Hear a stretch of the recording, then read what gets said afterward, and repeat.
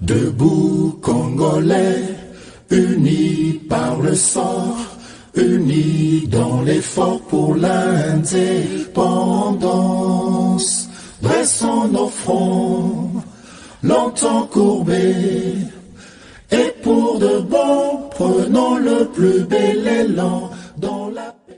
Mbote Nabino Balandi Tindika Télévision, merci Nabino pour na 2022, merci Nabino na confiance renouvelée Oyo Tozo Bananango Lisusu 2022. Vraiment, tu as vu que de partout vous vous retrouvez, bah faites les cas qui malamu, bah faites ezala qui a malamu mingi, bateau bazali banda mboka comme bateau bazali à l'intérieur du pays. Na makoki ya moto na ndenge na ye a sepele ko sepele la tu as vu que bah faites les cas qui tokoti année asika 2022. Na souhaité bino lisusu une fois de plus bah meilleur vœu na bino pe année 2022 ya malamu. Pona ba oyo ba olandanga pona mbala liboso na miko ezali mwana mboka Samba Olonga balobi mokileza balance soko raté nango na justice na biso awa na mabele baki ya Nzambe rataka nango te. Sala malamu tokoti pe 2022 continuer ko sala malamu tango ozo sala malamu oyebi yo moko ozo semenini po soko buki awa na sete même na vie wana mususu okoyeba ko buka oyo lonaki. Merci na papi Kelina refrain qui sont mes meilleurs vœux na bana mboka na bandeli susu refrain qui sont mes papi Keli. Merci na opportunité bo pesi biso le susu na année 2022 toko ba ko pesa ba imboka ba sango ndenge tozo pesa ngo toujours na lingala à travers décryptage pe analyse ya ba information na lobi pe meilleurs vœux na bino pe batu bozo se prena musala na biso te bo moni que tozo sala fanatisme meilleurs vœux pe na bino. Merveille pe na bino bato boko bongo la bizalele na bino pona ko changer ba mentalité le roi to kotipe na mbula ya sika. Encore une fois de plus, vous êtes les bienvenus de partout vous me suivez na émission na bino Debout Congolais, émission ila musakaba na mboka et salaka que Congo etelema et salaka ke tolongola molili oyo ezali ko planer na actualité na kati ya mboka na biso. Vital Kamerhe azali autorisé abima libanda mboka pour akende kozwa ba soin. C'est une nouvelle qui est tombée, nouvelle wana et gagné si mato ya batu. Vital Kamerhe a eu autorisation pour se faire soigner wapi na États-Unis d'Amérique. Une affaire qui a soulevé pas mal d'indignation de la part de l'opinion congolaise.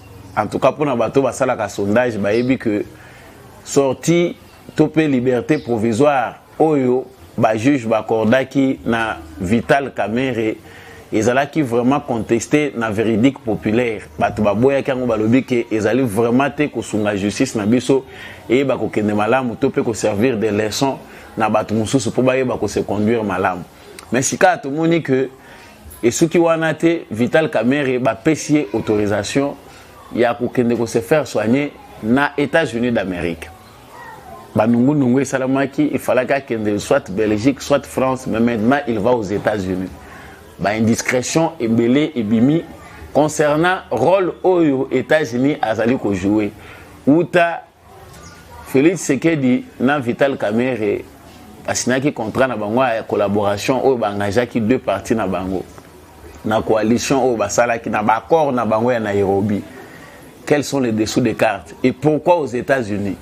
Quel est le rôle dans l'ombre Amérique Azaliko visé nini et puis liberté à Vital Kamerhe provisoire ba secret nango ezali nini ti akende kokoma na kati Amérique soi-disant pour prendre des soins de santé yango to kolinga toyeba tout au long ya émission oyo koyeba ba indiscrétion ezali nini makambo nini ebombami na kati ya voyage oyo Vital Kamerhe asali na États-Unis d'Amérique pour des raisons de santé.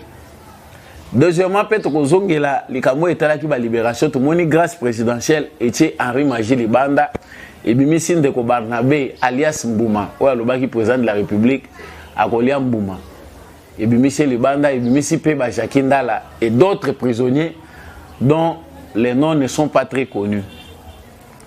Président asala ki li sous grâce présidentielle na pour bandeko wana bazala Libanda. ezali ko encourager que bato bazo sala mabe ba continuer ko sala ou bien ezali attitude moko ya bon père de la nation azali ko luka ko apprendre na baimboka eloko moko tope esaleli ya sika wana pe to kolinga to bango tout au long ya émission Oyo Debout Congolais. Na souhaité bino lisusu les bienvenus na 2022 pe merci na fidélité na bino pe confiance pour continuer ko accorder na voix oya sagesse à travers Tindika télévision. Merci na bino pe bato bosunga ki biso na 2021 na makoki na bino na moké to pe na ebele pour émission Oyo ekomaka na betando na bino. Merci na ba pe bakosala ngo pour l'année 2022. Ndenge na utai koloba awa na sommaire Vital Kamerhe de la liberté provisoire à l'évacuation pour des raisons sanitaires. Ce qui est la mouké na makambo et comme qui Vital Kamerhe tozonga les sous-soutés à ba cause ya ba arrestation na parce que wana tosito le belé en mingi. Mais tozo telema mouké na espace oyo makambo na ezo concerné libération provisoire na ye. Tout ce qu'on sait maintenant avec certitude des alliés que la libération provisoire de M. Vital Kamerhe s'est effectuée sur fond de négociations, sur fond de collaboration. M. Vital Kamerhe, après s'être endurci les cœurs, il a voulu faire face à la justice congolaise devant le marteau et l'enclume, avec une collaboration de manière tardive. Il y a collaboré avec la justice congolaise que parce que nous avons pas preuve pour certifier mais auto qui a transmettre ba bien on peut nous la kisi bisoté to éviter comment ba procéder pour na kozaba bien wana devoir ezali na muto ya linko s'abstenir devoir ezali pe ya doute mais oyo to yebi ba transmettre biso ezali que ndeko Vital Kamerhe après avoir demandé plusieurs fois liberté provisoire, ba pesier sikoyo liberté provisoire, mais elokoni ne peut et convaincre qui juge. Ba raison comme dans toute justice où les alliés concernés ba affaire politique na ba affaire d'État, les raisons sont souvent d'ordre juridique et d'ordre politique. Sur les plans où les alliés politiques parce qu'il s'agit de yango. Ils ont un bateau qui est instrumentalisé. Ils ont na façon oyo makambelinga et même là qui n'amboka. De par la volonté à Yemoko Vital Kamerhe pour na politiser affaire naie ou qui affaire et gestion publique qui n'avait rien à voir avec la politique. C'est-à-dire cette affaire là et bimagi lokola affaire moko Félix Tshisekedi alingi ko se débarrasser na Vital Kamerhe. Voilà pourquoi traîna qui est dans la boue. Pour justice, il y a que certains prisonniers politiques n'avaient rien à voler. Na simple vue, c'est facile. De vue comme ça, les gens peuvent penser qu'ils allaient payer bongo. Ce qui est faux parce que Félix Tshisekedi avait bien averti. Ayebisaki déjà batebeli que atat ozana bino ensemble. Ceux qui ont na ba malversation financière, ceux qui ont na ba makambo biso tozali ko condamner pe tozali ko combattre mawa ezaliti. Ce qui est vrai, Vital Kamerhe yoka azanga ki matoyi. Personne n'ignore son intelligence comme la plupart de nos politiciens sont intelligents mais moins sages. Sagesse tozali ko loba awe ezanga ki na Vital Kamerhe ezalaki ko zanga komi kitisa tozo loba ngona be mission nyonso. Mais comme les politiciens nyonso congolais, l'habitude na bango topé na culture na bango balingaka baza na parapluie moko na Occident. C'est-à-dire quand on dit parapluie, on dit que il est politicien, asa tantôt la nationalité canadienne, asa la nationalité française, asa la nationalité belge. Ezali mingi makambo biso to connaître na régime ya Joseph Kabila. O pe ezali ko continuer jusque là. Parce que cette question de nationalité n'est pas encore abordée sur le plan constitutionnel. Il y a que Baza autorisé, na ba politicien ba exercer na double nationalité. Mais chez nous au Congo, tant que politiciens ont ça la politique na Congo, aza sous nationalité moko oye azali ko vandela. soki likama ekweli to bazali ko poursuivre ye akimi akei ko bata manasima ya nationalité wana. Les exemples oza clair ezali ba Willy Bakonga, ba Tambwe Mwamba et j'en passe. C'est-à-dire les politiciens congolais très malins qu'ils sont, après s'être enrichis de manière exagérée au dos du peuple congolais, ba créer un système de protection moko ningeni bakoko se protéger o ezali illégal parce que jusqu'aujourd'hui notre constitution dit que la nationalité congolaise est un. Vous n'avez droit qu'à une seule nationalité. Si vous avez la nationalité congolaise, aux une nationalité moussous, ça veut dire au renoncer à la nationalité congolaise. Nous ne parlons pas du futur, nous ne parlons pas des réformes qui doivent être faites. Mais ici, mais les politiciens congolais, ceux qui exercent la politique au Congo, ont l'habitude, yako sala kabilo kowana, ko se cacher derrière les nationalités étrangères pour le kola naza moyibi, le kola naza ko sala ba malversation, le kola nazo sala ba makambo ebele. J'aurais une cachette facile, j'aurais un droit nanga facile exil en achetant une autre nationalité. Et les caméras aussi, n'a pas tout le monde bazali pe parmi. Tant que bazo lever l'affaire ya caméra de manière juridique, bazo sengana ye apporter ba preuve, voilà abimisa ba preuve o ezali kola kisa que azali innocent. Caméra a voulu orienter le débat parce que les cas qui na TV pour politiser affaire, pour la qui azali victime politique, ezali kabal moko coup monter contre lui. Et il a usé de tous ses moyens pour même toucher l'instance internationale pour dire que azali prisonnier moko politique, mais gestion où bazali ko accusé ezali normalité. Les raisons de son arrestation et son incarcération ne sont pas claires. Donc, même piste kaka o tozali ko connaître ya Matata Ponyo. Des voix se sont élevées partout où le président de la République est passé, en Afrique comme en Europe. Batu bazali ko senge la caméra mawa. To éviter ceux qui pena bamboka mususu. Biso peta tozalaka bango pe baza ko trancher ndenge banda ko trancher makambo ya Nicolas Sarkozy. Biso pe tokende ko sengela ye Clémence. Ou bien biso tokende ko senga kibayo kela ye mawa.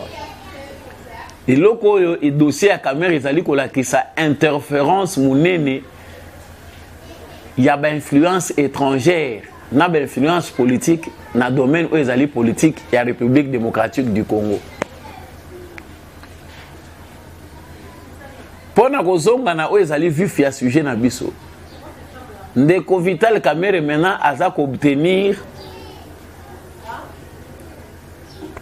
autorisation. Ya ko kende na États-Unis d'Amérique pour des soins de santé. Mais les sources que nous avons contactées pour vérifier information ana ezali kolobake information ana ezali camouflée de manière politique. Les soins, oui, Moutako qui ne peut pas sali checking, mais la politique a de nombreuses réalités. C'est ici qu'en creusant, nous allons découvrir que Batebele bazo remarqué en Moti. Certaines informations to bimisaka yango tango ezobima na voie ya presse de manière censurée pour ne pas aussi avoir des problèmes ou protéger certaines de nos sources. Félix Tshisekedi na Kamerhe tango baza kosala accord na bango ya Nairobi. Quelle était l'assurance de Vital Kamerhe? Parce que na même moment wana soki batuna ki base ya UDPS que tolingi to sangana na Vital Kamerhe bomoni ndenge nini, la majorité aurait dit non. L'alliance entre Vital Kamerhe na Félix Tshisekedi n'est pas une alliance de conviction. Si je peux dire, n'était pas une alliance de conviction. Ni encore moins une alliance d'idéal. Ma vision déjà ndenge to bande komona parce que ti lelo batu musu balinga koloba vérité te ti lelo soko tali bato iye ne senenge bazoko se comporter na lolenge na bango ko saila makambo ils sont naturellement très proches des kabylistes que de l'UDPS waza allié na bango oyo baccédaki na yena pouvoir. Cet accord là de Nairobi parce que Kamere batebele baye bakarol na été comment il a accédé en politique. Comment il a quitté Joseph Kabila pour venir dans l'opposition? Libanda Yamboka, parce que c'est ça tous les politiciens, ils doivent avoir des contacts diplomatiques. Libanda Yamboka collabore avec Banane. En 2011, on a exigé de Félix d'Etienne Tshisekedi. Basenga qui Etienne Tshisekedi que Asangana na Kamere. Etienne Tshisekedi avait refusé. Pourquoi les Américains avaient voulu que Vital Kamerhe soit aux côtés d'Etienne Tshisekedi? Etienne Tshisekedi, extrémiste qu'il était, voyant l'avenir dans les politiciens mususu oyo bazalaka bazo détruire nation mais bien protégé et bien fabriqué par l'Occident. Acteurs politiques wana bazalaka très dangereux pour la nation. Certaines alliances, c'est ça les macaques pour sauver ma parents et puis qu'on les étape mokoboé. Parce que batuba mekara mingi kolobana IDPS to kolobana président Félix Tshisekedi que IDPS a sa nature ya ko respecter ba accord te. UDPS alingaka ba alliance na batute. C'est parce que l'UDPS comprend comment fonctionnent la plupart des politiciens congolais. Ba politiciens belés congolais s'ils ne sont pas des opportunistes de l'intérieur qui cherchent un endroit où il n'y a pas pour s'enrichir davantage, se trouver une sécurité et de la gloire. Ce sont des gens fabriqués par l'Occident. Bato bayebi moi bazana moi initiation à mouké na politique bayebi malam beaucoup kotanga bakombo ya ba politiciens oyo Occident fabriqué la biso. Et puis pour la plupart à nationalité douteuse. J'ai choisi cet élément sur base des informations vérifiées, pas pour que ça la balarme ou bien pour alerter Bartuna bimalarmiste. Non, ce sont des vérités qui se disent. La scène politique congolaise est pleine de réalités. Certaines réalités choquent parce que naza kosenga na bande ko belé balandaka politique to longola ba sentiment na ba émotion na biso. Ba sentiment na ba émotion zo sala ke batu oyo bazana kati ya scène politique bakufa na ba AVC ba hypertension tension matake kitaka mutema nazo kokate boye mitu AVC makambu kilikili bato bazali banda politique ba musuba lobaka en tout cas na Hollanda sous politique était. La politique ne se fait pas avec les émotions et les sentiments. Surtout bato bazali dedans. Nous qui sommes à l'extérieur évitons d'analyser, de vouloir comprendre l'information à caractère politique avec nos sentiments et nos émotions. Parce que les raisons d'État, la politique, ndenge salemaka, et chokaka ba sensibilité na ba émotion à battre. Il y a beaucoup à dire sur Kokende ya Vital Kamerhe aux États-Unis d'Amérique. Cette information na mikolo koya batu mususu bakomona ba réalité nango. Vital Kamerhe n'a pas été aux côtés de Félix Tshisekedi de son propre gré ni de ses propres calculs. Il y a des gens oyo ba convaincus qui est bato ya zana balien na bango. Et ici j'informe même pour certains que si les Américains travaillent avec ba politiciens congolais, kaka ndenga azali ko contrôler monde à travers ba service secret ndenge akonzaka biso na Congo awa azo gérer politique na biso azo gérer sécurité na biso l'armée la police nos services de renseignement s'il y a américain à travailler na ba politicien na biso.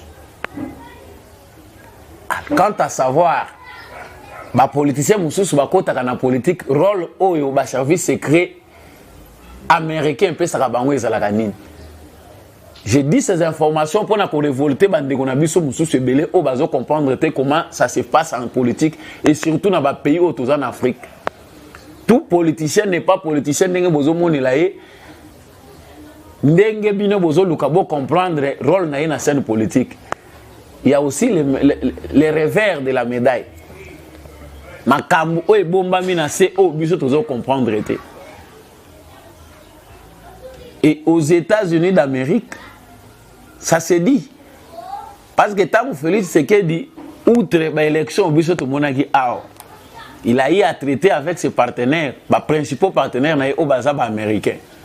Pour la rassurer, na makamouye ya bandaye ko sala, basala kinini. Basangisi na banane.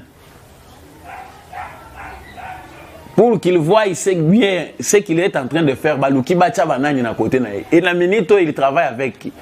Tout notre système politique congolais est bien dessiné dans le département d'État américain.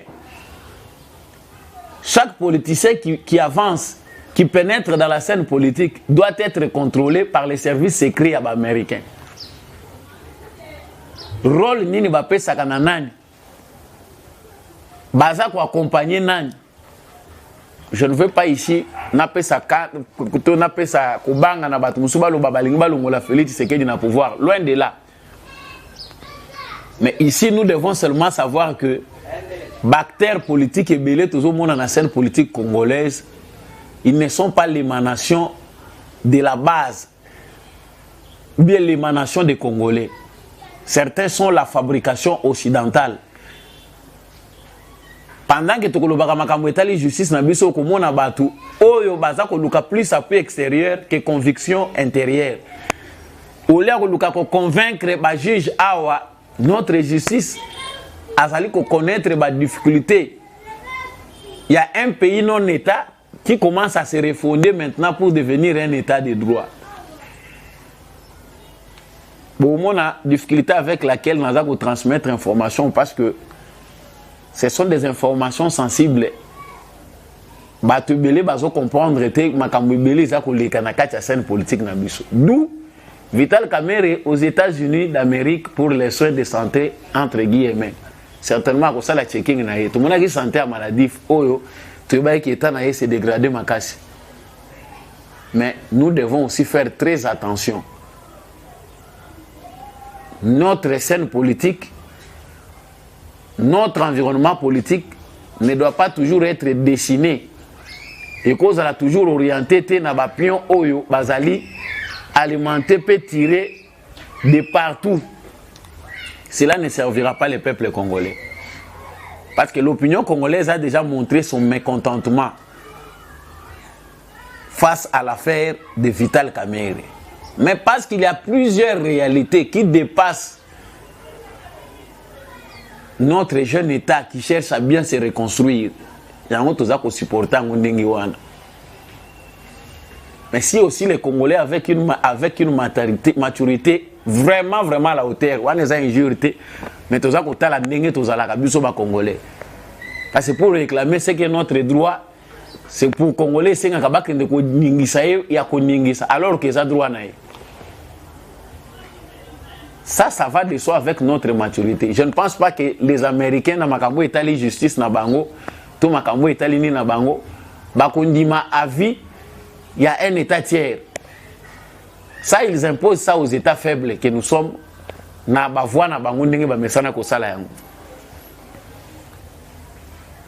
Voilà pour ce qui concerne les dossiers Kamerhe et la conduite de l'UNC dans les jours à venir. Parce que tout le monde est bien que l'UNC a boité dans la prise de position à Bango. Le président de la République est même venu aïe à Outaki Libanda Batubake Koyambaya on a vu la Kinshasa aucun drapeau de l'UNC batoye ne sait pas boycotter qui va boycotter Koyambaya. Le langage était clair, vouloir dire au président de la République que tout ça d'accord na yote c'est que yo mutokangi Kamerhe bimisaye. Demeurons vigilants, nous n'encourageons pas parce que na boy koya koyamba message na bino bozali ko encourager biloko a boye pona nini non. Moi, je donne les informations sans état d'âme. Si vous avez des émotions, des sentiments, vous réservez pour moi si na yonanda, tout peut moi si à réserver pour na mobali na entourage na. Mais pour ce qui concerne la politique, nous transmettons ce que nous transmettons.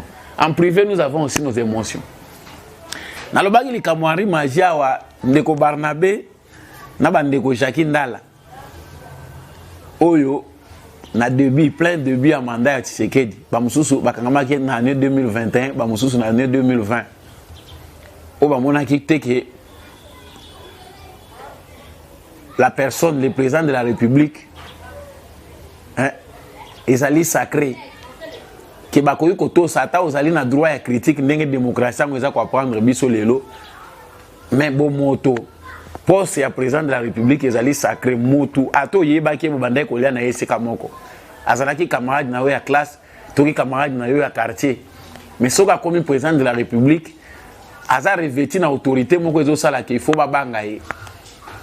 Mais ma frère na biso oyo lokola ndeko Henri Magie na ba Barnabé ba monaki que président de la République c'est quelqu'un qu'on peut attaquer n'importe comment.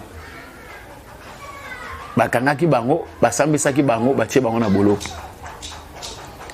Les Jacques Ndala qui faisaient des menaces. Il y a incitation à la haine, aux allez ko pousser bateau, aux allez ko linga ko bangisa bateau. Surtout mingi na zolo bela likambo ndeko Jacques Ndala awa. Parce que maintenant là il est libéré. Tout le monde a dit que Katumbi aye awa na Kinshasa. Tout ce qui est en place où il y a réservé qui était tanaye pour na kosa la visite na président et jeunesse y a parti naye. Parce que le bon sens demandait que akende na makala akende kosa la visite na Jacques Ndala pour na ko consoler. Ça on ne l'a pas vu.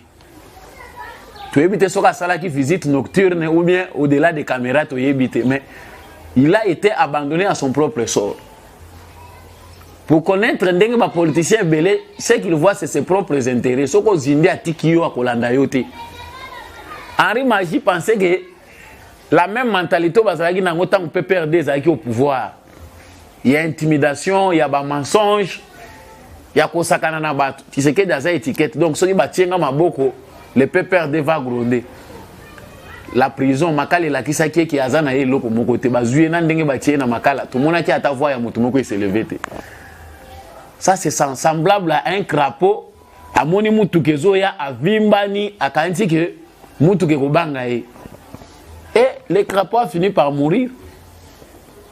La plupart ya bato bazo kota na politique na scène politique na Congo bazo kanisa que pour mieux exceller en politique il faut intimider. Il faut utiliser le langage moko populaire pour créer sensationnel. Pour batouba monanga, il faut na ça l'action moko bizarre, batouba accrocher importance. Parce qu'au Congo, quand vous êtes bizarre, vous attirez tout le monde. Quand vous êtes sérieux, vous êtes maladroit. C'est ça le Congo d'aujourd'hui. On a tout le cas changé dans côté 2022 et dans les autres années qui suivent. Parce qu'au Congo, on encourage les bêtises. Soko lingo bima na Congo obima superstar faites les bêtises ça la imbécilité walande vous avez l'adhésion de tous les Congolais. Quand vous êtes sérieux vous voulez que les choses et que de tout droit ba Congolais wana ba mona kangoti. La plupart de nos frères qui se sont trouvés na makala wana c'est parce que mentalité na bango nde mutememi bango na boloko bazaki ba prisonnier à Félix Tshisekedi te. Mais un bon père de la nation, Félix Tshisekedi veut aussi éduquer les Congolais. Je n'ai aucun souci qui n'a pas opposant na prison. Mais tant que vous avez l'opposition, vous verrez que les injures n'auront même pas leur place. Vous en avez besoin de parce que Makambouézé Belé Oyoko critiqué, Makambouézé Belé Oyoko Kosala pour Mboka et avancer. Pourquoi on s'attaquer directement à président de la République? Les vrais opposants n'auront pas de raison d'injurier. Aucune nation dans le monde est tongama likolo ya mafinga et fanda likolo ya ba bêtise. Aucune nation, toutes les nations aujourd'hui devenues des grandes nations sont des nations construites sur des valeurs. Ba état na bango est comme fort parce que mitou ya batu ezongeli kosala normalement. Ce qui n'est pas le cas dans notre pays. Tant ba ko kangaye ba tie na prison par rapport ya injure publique, par rapport ya ba menace, ba incitation à la haine tribale, ba incitation à la violence, il devient prisonnier de Félix Tshisekedi. Ce qui a yibaki nous ressortissants de condamnons l'arrestation. Mais comment pouvons-nous vouloir une chose et puis son contraire? Tolingi biso moko mboke bonga mais biso moko wana tolingi te adopter attitude topé ba mentalité oyo ezali ko permettre que mboka ya avancer. Ce qu'on est capable de bango bozate parce que bazo banga c'est la volonté du président de la République. Ndenge ba misi bango boye ba musu pe ba kokangama ba kokende ko remplacer ba place na bango. On pense maintenant que Nathan ou bango ba vandi nécessairement ils ont eu le temps d'être bien rééduqués. La grâce présidentielle ne veut pas dire que non, Babangi, Makele, tout ça. Non. Babimisi Bango, s'ils veulent faire l'opposition, je pense que maintenant, Bakozala vraiment na ma coquignon sur Kosalango, tout en respectant les lois de la République. Évacuation à Vital Kamerhe, balobi avion médicalisé. Maintenant, on a en prison, tchak ndekuna na liberté provisoire à Tambola Kiemoko. Bon, ça, la part reste dans votre camp congolais na congolais yebi nini ya kosa la mentalité nini ya koko adopter pour congolais ba kokende liboso. To koti 2022, luka pe malamu yo koko sala pombo qui avancé. En dehors ba critique, nous avons des atouts.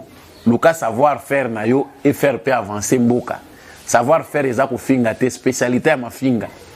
Savoir-faire ezalika kate ko luka ko nuire na ba oba luka ba sala bolamu. Savoir-faire eza un tribalité. Nous cherchons que 2022 soit meilleur. Ceux qui ont non convaincu, tu es communicateur, tu es politicien, tu es profane. Aux société civile, au monde que 2022 ko apporter na ngwe mon côté. C'est ta conviction, tu es libre. Mais quand on partage la frustration, nous tenons les Congolais. Les Congolais ont besoin d'espoir et nous pensons que 2022 sera plus meilleur que 2021. Donc si ta foi, ils ont convaincu que 2022 est un échec, tous on est bandé l'année, quand on a vendu dans la chambre. Merci à vous de m'avoir suivi. Je vous dis au revoir. Je remercie l'équipe technique qui accompagne. Comme d'habitude, dans des Rochako, dans des Mike, pour l'émission comme on habite à Donabino. Merci aussi à toutes les personnes qui ont participé pour que l'émission Oyo et comme on habite à Donabino. Bye et prochainement.